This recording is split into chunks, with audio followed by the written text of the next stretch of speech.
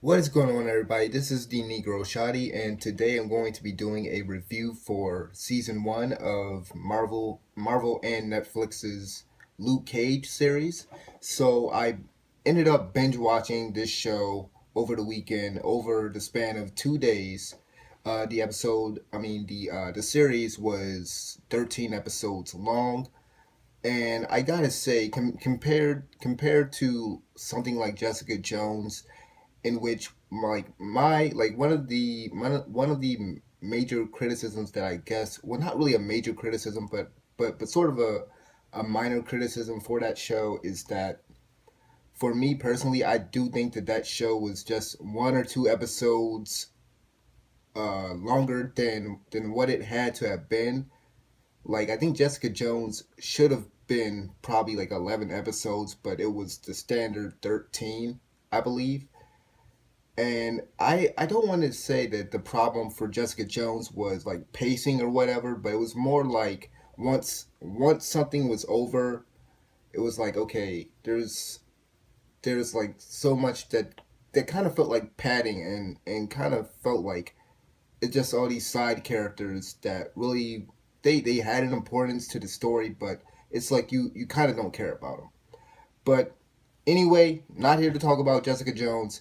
Here to talk about Luke Cage. Luke Cage. I gotta say, so first and foremost, let me break this down for you guys. So, Marvel, when they first announced it and when they started talking about it and everything, I think they really understood the importance of basically the fact that this is the first black superhero that we are getting, having their own show.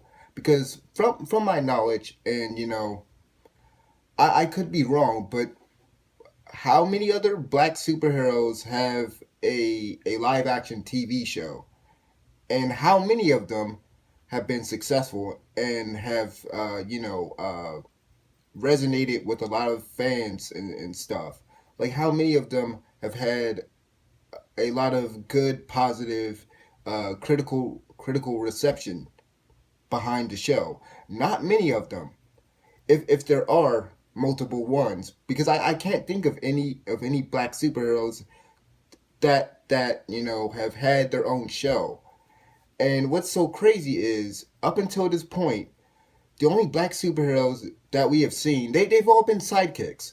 I mean, even in the Marvel Cinematic Universe, we have Falcon and we have War Machine, but they're sidekicks. They're supporting characters to Captain America and Iron Man. So it's quite sad that it took this long for any company, whether it be Marvel, any studio rather, uh, whether it have been Marvel or DC, to come up with a great black character having their own show. But I I think that Luke Cage was a pretty good show.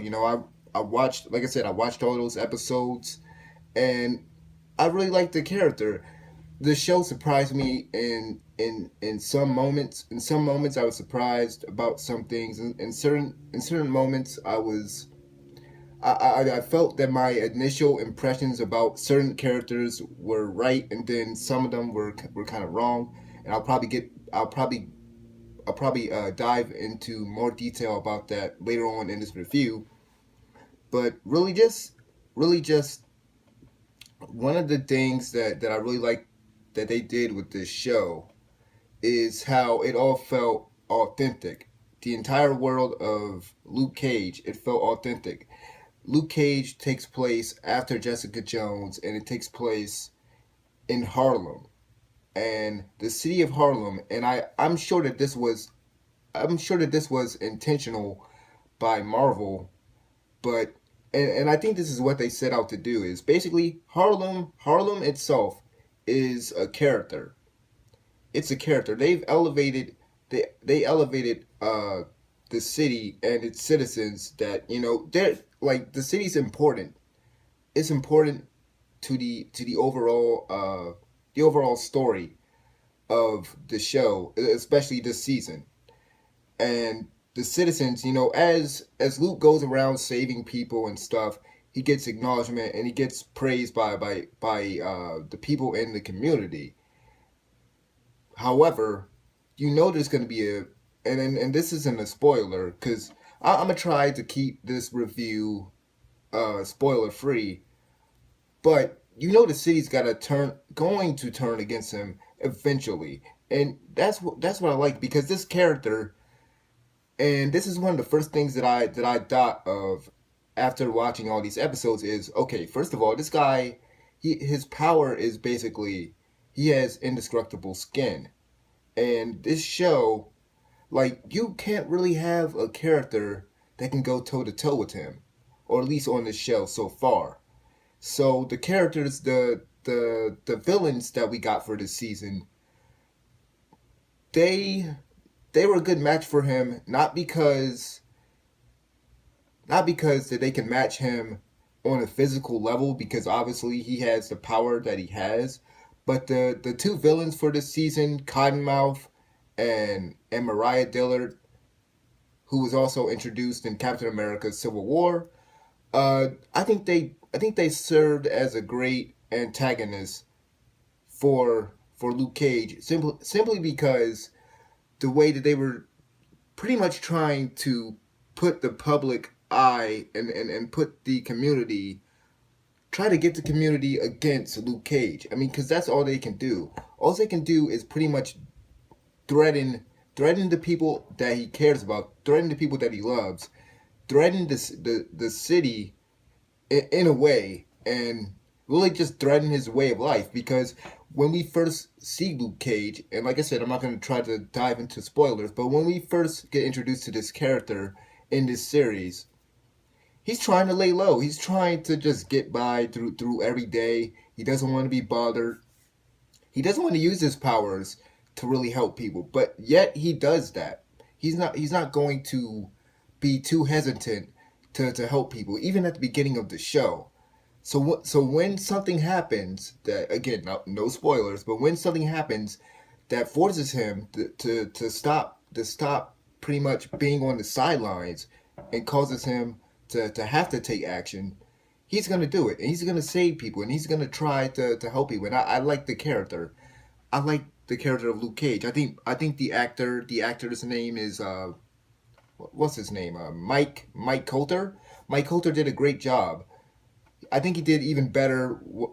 I think he did even better than he did on Jessica Jones, simply because he has more to work with uh, for this show, obviously, because this is his show. So he's basically the main focus of the show. So I thought this character, he kind of came off as being very reliable, very caring type of character. Cause like I said, he wouldn't hesitate to help people out.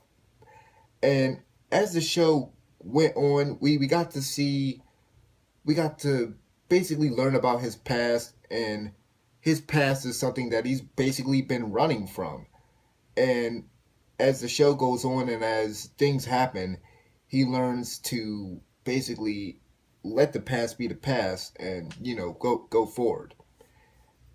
In which I gotta say that's kind of a running theme for this show. This show has a few themes that are like present throughout the season, and one of the major themes of this show is family. And one of the characters that we first get introduced to, uh, like during I want to say, like, it was during the first few minutes of the show, actually. First few minutes of the show, again, no spoilers, but uh, first few minutes of the show, it opens up in a barbershop and they're just talking, and the way that these people are talking, it was authentic. It felt real. But the guy that owns the shop, this guy that the people in the neighborhood, they call him Pop. He used to be excuse me. He used to be a gangster, basically, and he's basically left that life. He's left that criminal life in order to basically, because he's been reformed. And that's all I'm gonna tell you guys, because I really don't want to spoil the story. But he's basically opened up this barbershop in order to help the youth and everything, so that they don't end up taking the wrong path in life, so they don't end up selling drugs and getting into gangs and all this other type of stuff. And this character, for the little that we have seen, for the little that okay, so for the little that the character is shown on screen, because we don't get a lot of time with this character, but from just the interactions that the characters have with the character of Pop, and just all the stuff that people start saying about him. I mean, you can kind of get the feeling that this character was more of a father figure to a lot of the characters in the show. And one of the recurring themes for this show is family.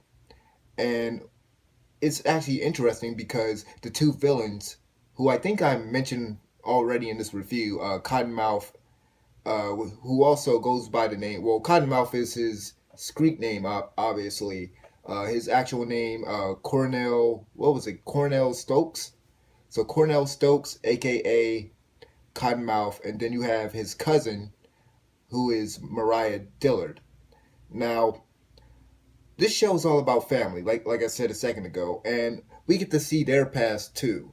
And as the show goes on, we get to see what made these characters into who they are. And again, these characters just I want to say, like, most of the characters in this show, practically all of them, they grow in some sort of way, which is good. You don't want your characters to be paper thin, and you also don't want there to not be any development between the characters, between the characters,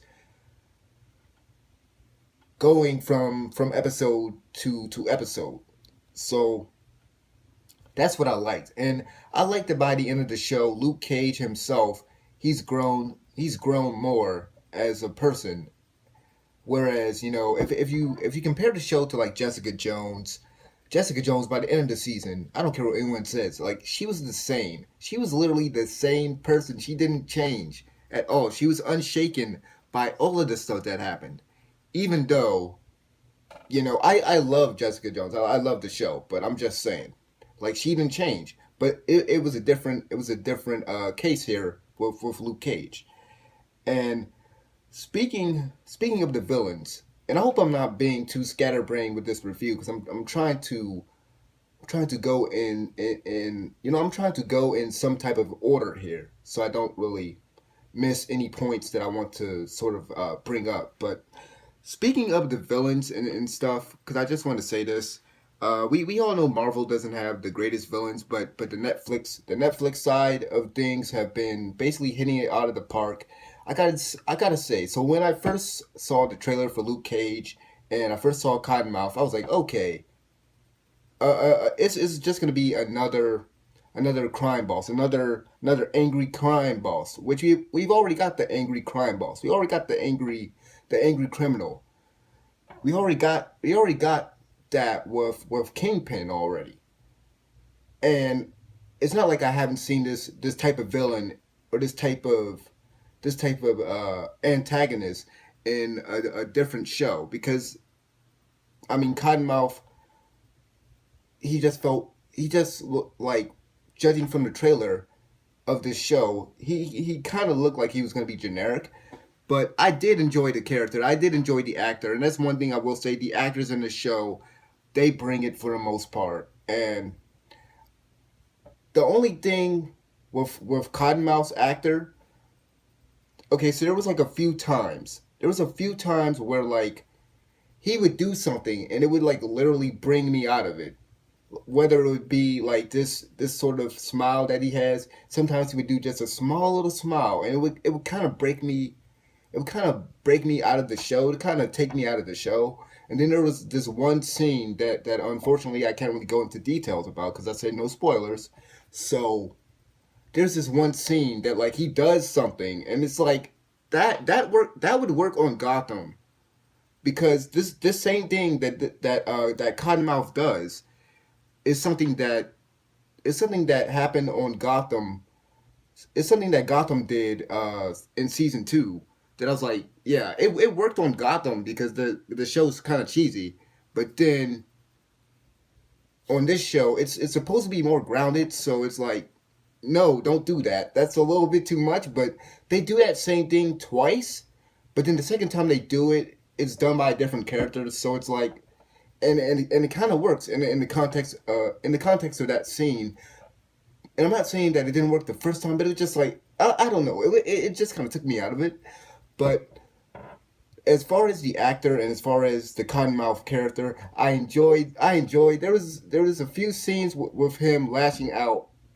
It was a few scenes of him lashing out at his subordinates that I was just like I couldn't help but laugh at, and I don't know if it was I don't know if it was intentional, if it was just meant to like break the tension or something, but I just couldn't help but laugh, and maybe it's because I laugh at certain things in certain shows and stuff that might not even be meant to be funny, but it was funny to me. So I enjoyed the character. But Mariah freaking Dillard. So she, who I'm trying to remember the actor's name. I'm not even gonna try to. Yeah, I can't remember it. So I'm not even gonna try to try to you know come up with the name here. But that actor, as soon as I saw her on screen, the woman that plays Mariah Dillard in this, I was like, wait a minute, you look familiar. Hold up, weren't you the one crying about Tony Stark? Weren't you the one crying about, oh my God, my son died, Tony? You killed him. You killed him in Age of Ultron. You made these machines in Sokovia, and then like a building got dropped on him. Like my son was there, and you killed him. She was the one that was crying in Civil War. So now, what's so interesting to me is, if you guys remember, there was this scene where Tony put his hand in her bag because I guess he got that she was going for a gun. And now I'm thinking it's like, okay, I have two questions. First of all, is this show, does Luke Cage take place after Civil War, or does it take place before Civil War? Because this character, not to spoil anything, but she does go through some changes. That's all I'm gonna say. So it's like, is she really going for a gun? Was she going for a gun, or like what was that? Like, I just want to know the context of that scene now, because that changes things. Now seeing this character who's been on who's been in another movie, who we've seen this character in another movie, and then to see her on this show and to see her in a different light, it just kind of changes your perspective on that character. Because at first you're sympathetic, or at least I was, to the character, and then now after seeing Luke Cage, it's like, and especially learning about her past, it's like, okay, yeah, I don't know if I care about you anymore in that way. Like I'm not sorry for you. Maybe your son died, and maybe your son dying is karma or something. But yeah, I like the fact that we are getting payoffs to everything. And like DC needs to take notes. DC and Warner Brothers, especially when it comes to, because this is a black character, and soon I think that DC and Fox are going to be making a show called Black Lightning. So they definitely need to be taking notes. But something they need to be taking notes of is, look, there's so many payoffs in this show. There's so many freaking payoffs. We get an Iron Man 2 payoff. Iron Man 2. No one really said, no one walked out of Iron Man 2 being like, "Oh my god, that was amazing. That was greater than Iron Man 1." No one said that. Iron Man 2 is it was almost garbage. Well, not garbage, but it was just like subpar. Especially compared to Iron Man 1.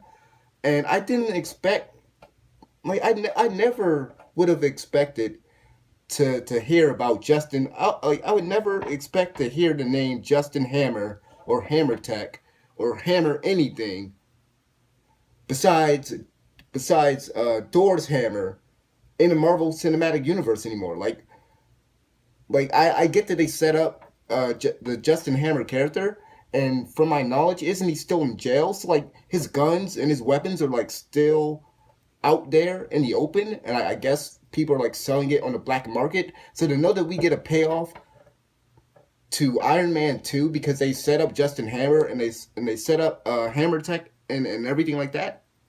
That's great.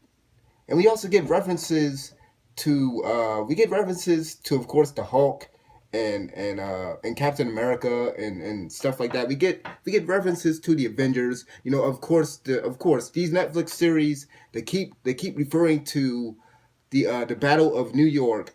They keep referring to the big Avengers battle as the incident, over and over and over, and it's starting to really kind of bug me. It's like I get that you want it, you know, I get that they did that at first for Daredevil when it first premiered. That they kept saying the incident because they wanted people to enjoy the show for what it is. They wanted it to stand on their own, but I think by now we can just say Avengers. We can just say Avengers. We can just say okay, the battle of New York. Okay, so, like we can say Sokovia. We can mention these things. I mean, everything is connected anyway. So why try to hide it? And another thing, we do get to see a small little Stan Lee sort of cameo. He doesn't actually appear in the show, but there is a picture of Stan Lee. Hopefully you don't miss it. But let's see. I think there's one other reference I'm missing. Oh yeah, there's tons of references to Jessica Jones. There's a scene where like basically they mention the fact that Jessica shot Luke Cage and excuse me. What was I about to say? Uh, yeah, there's another reference with they basically mention Frank Castle. They also mention Jessica Jones. Oh, what happened at the end of Jessica Jones with her and Purple Man, aka Kilgrave. I don't want to go into spoilers there, but there's a lot of references, and it's great. We get all these payoffs. We get to see that this is one connective universe, and I like that. One thing that I probably should have mentioned this earlier, but again, it goes back to yeah, this entire world that Marvel has set up for us, this world of Harlem, it feels real, and what's so great is like even the way these characters talk and stuff, it's very authentic. It's very real, and I like the fact that they didn't shy away from using the N word. I like the fact that this is pretty much the it's probably I guess the best way to say it is that this was basically the Marvel version of the Hood, and I don't mean that as being the like I don't mean that in a negative way, but I mean like we finally like it's great to see that this is connected, and that Marvel seemed like they put a lot of effort into this. I mean, they even I'm kind of surprised, and I probably shouldn't be, but they even allowed them to use the N word.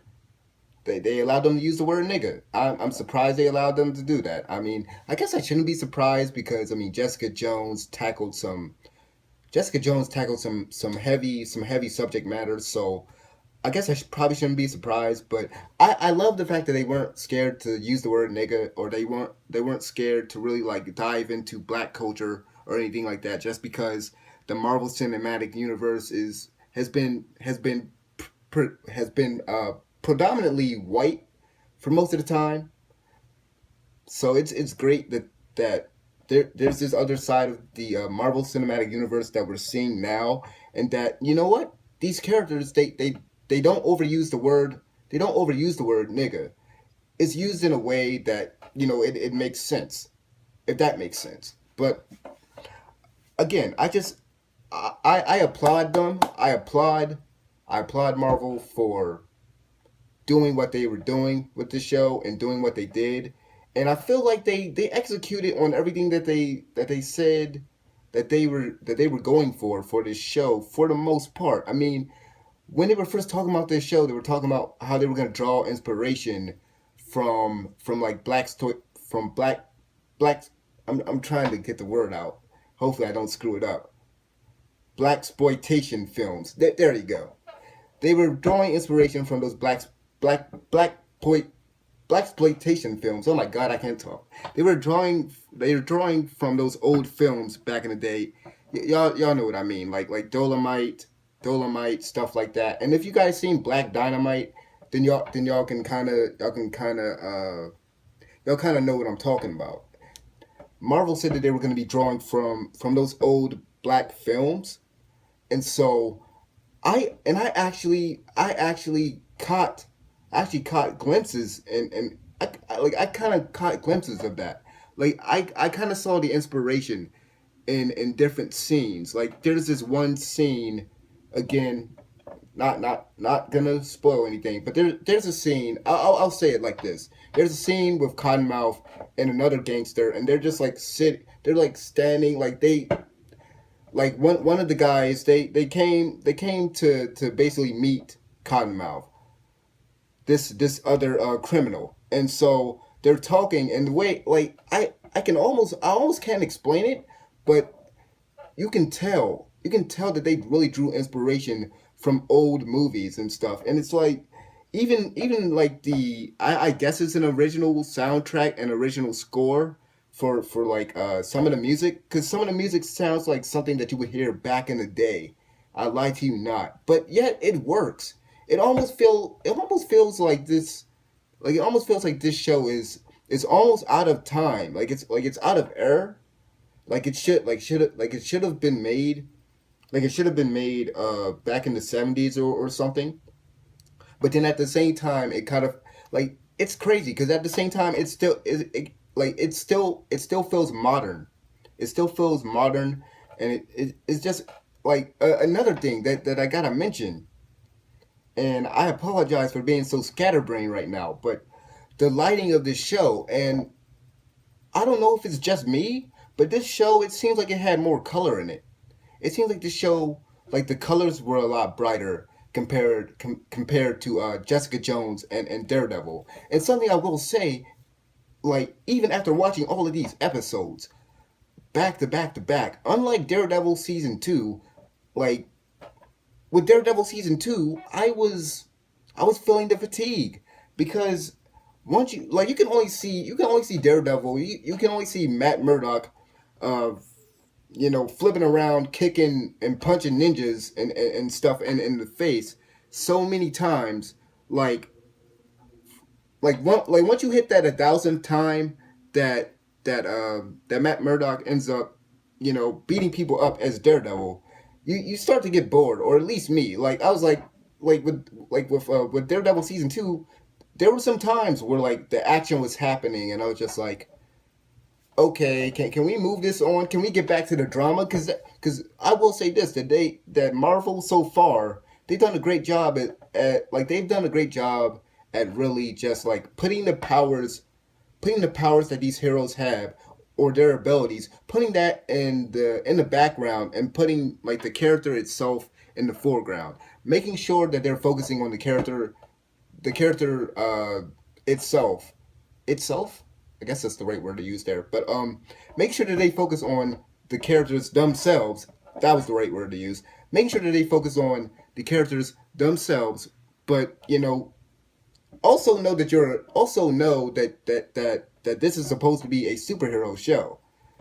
Like they never lose sight of that. And I like the fact that what was so great about Jessica Jones, like it wasn't just seeing the display of Jessica's powers. Just like in this show though, I will say this show, because of Luke Cage's powers, it's so fun to see him use it, but it's not like they use it sparingly, like they just like he barely uses his powers, but they use it when it's necessary. They're not using powers. They're not using his powers. Every 5 seconds. It's not like action going on over and over and over. When the action happens, when things start happening, it's gonna happen. It's gonna be good. It's gonna be entertaining to watch. Like, it's very entertaining to watch. Like, there's this one time where he picks up a sofa, and he basically knocks people out with a sofa at one point. There's another time where he punches through a wall, and like I don't want to spoil anything, but it's crazy. because his use of powers, it works. Like it works. Like this works not only as a superhero TV show, but as just as just a show. Like take the superhero out of it because it kind of doesn't matter. I mean, even Luke Cage himself, multiple times, he keeps saying, "I'm not a hero. I'm not a hero. I'm not a hero. I'm not a hero."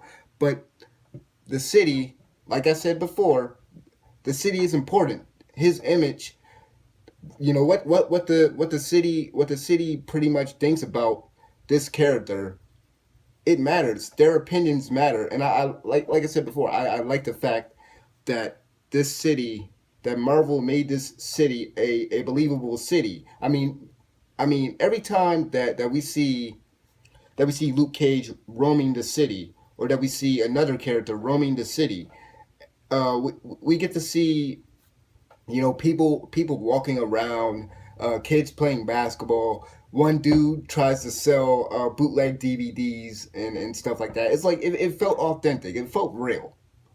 It felt like like it seems like Marvel didn't pull any punches to try to just make this feel like a real thing. So I commend them with that. But and there was something else that I probably wanted to add there, but I'm drawing a blank because I kind of lost my train of thought there. But so I also need to talk about the other characters. Now I've talked about Mariah Dillard, and I've talked about Cornell Stokes, aka Cottonmouth, and I talked about Luke Cage. There was a few other characters, and I think I probably said this before, but the guy that played Pops, I need to give him his credit because I love the character. I love the character, even if we didn't get enough time with the character. uh I love the character. But there's a few other characters. There's obviously going to be okay, so there obviously were more antagonists than the two that I mentioned, but I don't want to spoil anything, so I'm not going to really mention the other ones. But I will mention, I gotta mention this dude. The actor's name is Dio. I think it's Dio Rosa, whatever. I can't even pronounce the dude's last name.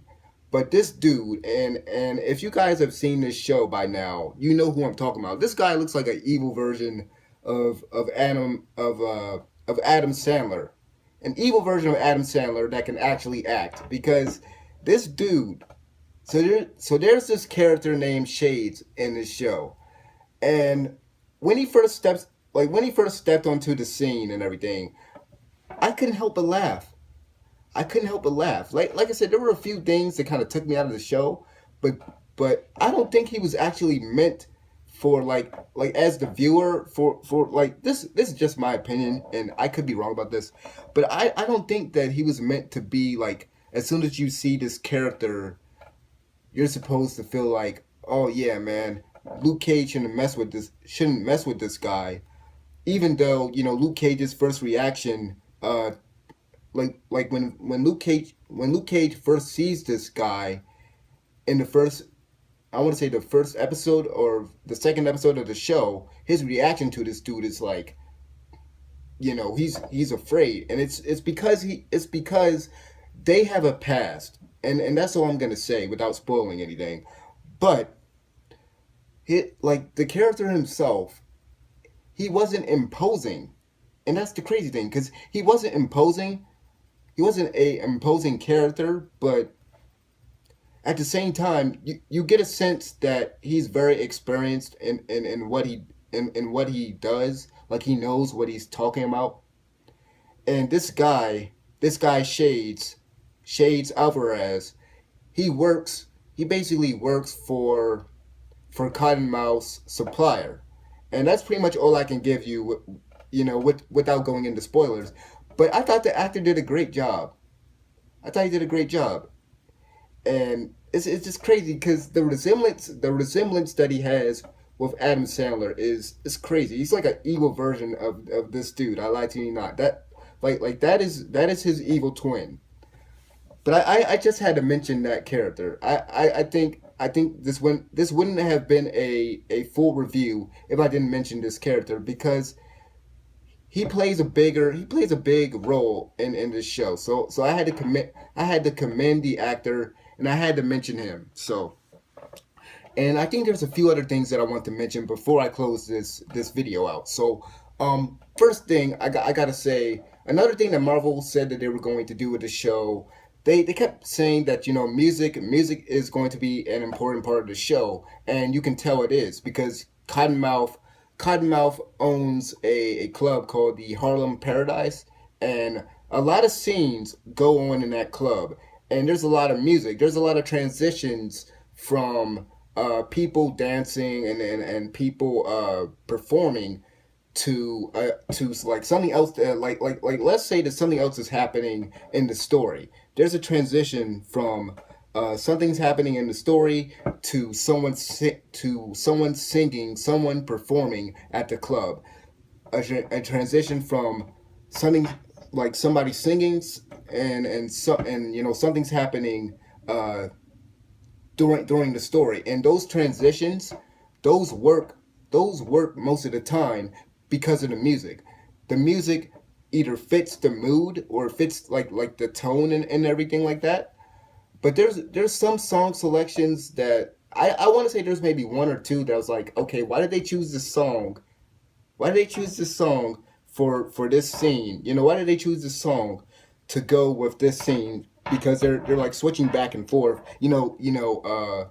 Luke would be doing something, and then they're like switching back from the club with Cottonmouth, and then they're switching back to Luke, and they'll keep doing that. And this show does a lot of transitions, and all the transitioning, everything that they do in the show is top notch. Is perfect. The transitions weren't all over the place. You know, the show itself wasn't all over the place. Like I mentioned earlier, the lighting and just the colors itself. It seemed like this show felt a lot different than the other shows. But I will say this. Now, I'll say this because we get to see Luke Cage's origin story. Like I said, we get to see his past and everything. And I will say that these origins are starting to kind of feel the same. And because we've been because we've been in these sort of environments, these sort of same environments before, it does kind of feel like a retread at certain points in the story. Like in certain episodes, there's some stuff that happens that I kind of felt like, okay, man, like we've done this before. It kind of felt that it kind of felt that way, but the only difference is that, you know, Luke Cage is the character going through that stuff, so it's gonna be kind of a different experience. But I will say this, starting to feel like a retread, and it's starting to kind of feel like like I can see the formula that Marvel and Netflix are using at this point, because it kind of felt like they were following that same beat that they did with Daredevil with this one. Not more like Jessica Jones, but more like Daredevil. When it came to, okay, this character, like something like you would think that something is resolved, and then like an episode later, like you knew something else was going to happen. And I guess that's both a detriment to the show, but it's also something that kind of helps the show out, because it helps it helps keep it, like for me it kind of helped with not making the show feel like it's longer than what it actually needed to be. Like what I said, Jessica Jones was, it was kind of longer than what the season needed to be. But getting back to the music, because like I said, Marvel said that music was going to be important, and so they also took it upon themselves to name every episode after a Gangstar song. And I will say this: I've never listened to Gangstar before watching the show. And what I started doing for most of the episodes, after I watch an episode, listen to a song. So every episode is named after a song, or one of his songs. And I have a few problems with this, because it's probably because I'm not familiar with the artist like that. And it's probably because I'm not familiar with some of the songs and stuff. I listen to the lyrics and stuff, and some of the lyrics, they don't match up with the episodes. some of the lyrics of the songs that the episode titles are named after, they just don't match up. Some of them do. I mean, Step Into the Arena and Soliloquy of Chaos, I think were the only two, like, those were the two songs that I was like, okay, this works. But the rest of it, it was just like, why did you guys even choose these songs? And even more so, why not diversify and pick different rappers, pick different artists that pick different artists to take inspiration for the titles of these episodes, because there's some great songs that they probably could have chosen that kind of relate to the episode. And I might be wrong about this, because like I said, I'm not familiar with the guy's music. I'm not familiar with Gangstar, his music, and some of the songs and the content and stuff like that. So that's another negative point.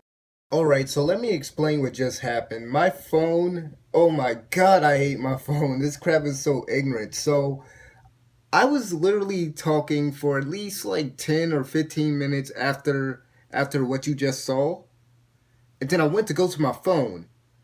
And then I found out it wasn't recording because I ran out of space on my phone. But luckily that part that you just saw there, it got saved. I was so freaking happy. I got so mad I threw my phone at the door, which I try not to get angry. But I believe I was talking about the music in the show, and I think I've said all that I wanted to say about the music for this show. And I like I said, that was just kind of a small negative, because for me, because Marvel, they set out to create this sort of soundtrack, this sort of soundtrack that can complement the show. And maybe it's because those songs were supposed to not, like, maybe the point was that the songs that they chose, those Gangstar songs, were supposed to uh be more relatable to the character itself, the character of Luke Cage, and not necessarily uh the overall content, like the overall story plots. What is going on in the story. But either way, I just didn't feel like those songs that they chose were good songs, except for the two that I mentioned. Like I said, if you're a Gangstar fan and you know more about him, because I don't, and you know about his album and the stuff that he was talking about, then then maybe I'm wrong. And please tell me what was the purpose of those songs, and like, did those songs, tell me in the comments below if you thought those songs were were uh were like well matched with the episodes. Like, tell me if you think those songs deserved to basically be what it was for this show. And that's pretty much all I can really say, because I really don't feel like, God, because I'm so mad that I lost those last 15 minutes of this video. So I'm just trying to I think I'm just gonna wrap things up here. I don't think I talked about Rosario Dawson's character, and Mercedes Misty Stone, played by I'm trying to think of her name, Simone. I don't think I talked about them yet. Hopefully I did, but if I didn't, I just want to say Rosario Dawson did a serviceable job. She did what she was supposed to do. Uh, the woman, the actor that played Mercedes, the cop, I thought she did a great job. Liked her, and not really much else to say. I mean, Luke Cage was a great show. I love the character. I love what they did with the character. Like I said, this show just had a few blemishes, a few minor things, and it's mainly because Marvel was very ambitious with this, but I don't think that everything that they wanted to like stick and be cohesive. I don't think that worked. Mainly with with what I just said before my phone shut off. with the the song titles. And like I mentioned earlier, there was a few times in the show that I was like taken out of the situation, out of what was happening on screen. Like I was taken out of what was occurring on screen because of something that they chose to put in, or for or in like in some situations it could have been the actor. But I can't really talk too much on this because like I want to be able to elaborate on this, but like I said, I'm not trying to spoil anything. But you know what? I'm gonna just go ahead and give this show a score, and I'm gonna just wrap things up. So I'm gonna give this an 8 out of 10. And like I said, I'll say that I took 2 points off, and I took 2 points off because, like I just said a moment ago, there were a lot of things that Marvel was trying to do, and I think they hit every single one of them on the head, with the exception of a few things. So, yeah, let me know what you guys think about Luke Cage. Like the video, subscribe if you enjoyed watching, and I'll see you guys next time. This has been the Negro Shotty. I'm out of here. Peace.